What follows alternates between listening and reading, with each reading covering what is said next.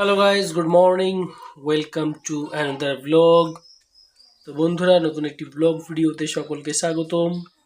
আমরা আজকে জানবো এই সময় আমের মুকুল হচ্ছে এবং অন্য অন্য যত গ্রীষ্মের যে ফল রয়েছে সেই ফলগুলোর কিন্তু এখন ফুল হচ্ছে, মুকুল হচ্ছে। আর কয়েকদিনের মধ্যে আমরা সেই ফলগুলোকে বড় হতে দেখতে পারবো।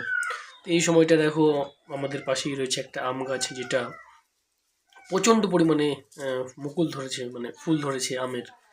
হয়তো যদি সব ফুল টিকে যায় তাহলে আমের গাছটার ডালগুলো এত ভারী হবে যে হয়তো গাছটাই পড়ে যাবে।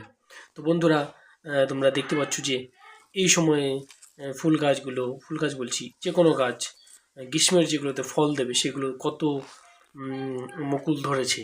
আর যদি এই সময় বৃষ্টি হয়, কয়েকদিন আগে ছিটেফোঁটা বৃষ্টি হয়েছিল, যার দরুন হয়তো এই ফুলগুলো বেশি পরিমাণে দেখা দিচ্ছে। কারণ সেই যে বৃষ্টির যে রসটা সেই গাছটার গোড়াতে গেছে এবং সেগুলোই ফুলটাকে বিকশিত হতে, গাছটাকে শক্তি জুগিয়েছে। আর যদি হালকা পাতলা বৃষ্টি আরও হয় তাহলে এই ফুলগুলো টিকে যাবে। আর যদি প্রচণ্ড গরম পড়ে তাহলে কিন্তু বেশিরভাগ ফুলই ঝরে পড়ে যাবে। তবুও যে পরিমাণ ফল টিকবে তাতেই কিন্তু গাছ ভারী হয়ে যাবে। এখানে আরেকটা আমরা গাছ দেখতে পাচ্ছি, সজনে গাছ। সেই সজনে গাছটাও তো সেম পরিমাণে ফুল এসেছে এবং সজনে গাছে কোনো অসুবিধা নেই, এটা রসযুক্ত একটা গাছ, এটাতে যত ফুল হয় বেশিরভাগই টিকে যায়। আর সজনেটাও খাওয়া খুব উপকারী স্বাস্থ্যের পক্ষে ডালের সঙ্গে।